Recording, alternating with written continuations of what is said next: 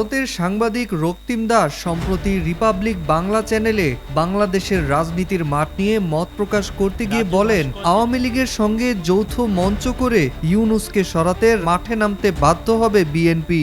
Most dangerous জঙ্গিপূর্ণ এলাকা হচ্ছে বাংলাদেশ। তিনি ভবিষ্যৎবাণী করেন, বিএনপি খুব দ্রুতই ভারত বন্ধু হওয়ার চেষ্টা করবে।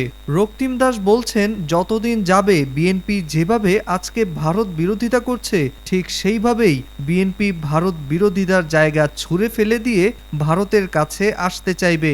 কারণ ভারতই পারে একমাত্র নির্বাচনটা দিতে বাধ্য করতে। তাই বিএনপি খুব দ্রুত ভারত বন্ধু হওয়ার চেষ্টা শুরু করবে, আর বেশ কদিনের মধ্যেই।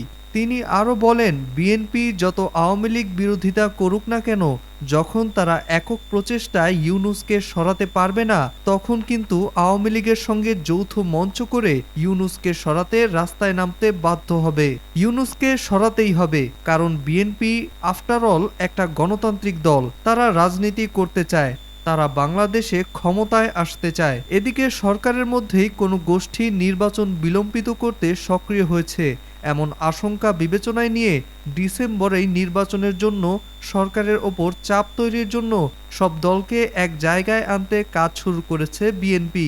দলটির সিনিয়র নেতাদের কয়েকজন এই ধারণা দিয়েছেন যে সরাসরি সরকারের বিরোধিতা করার চিন্তা এখনও নেই, তবে শেষ পর্যন্ত পরিস্থিতি ও নির্বাচনের জন্য মাঠে নামার প্রয়োজন হলে সবাই যেন একযোগে কর্মসূচি নিয়ে নামতে পারে, সেই প্রেক্ষাপট তৈরি এখন দলটির প্রধান লক্ষ্য।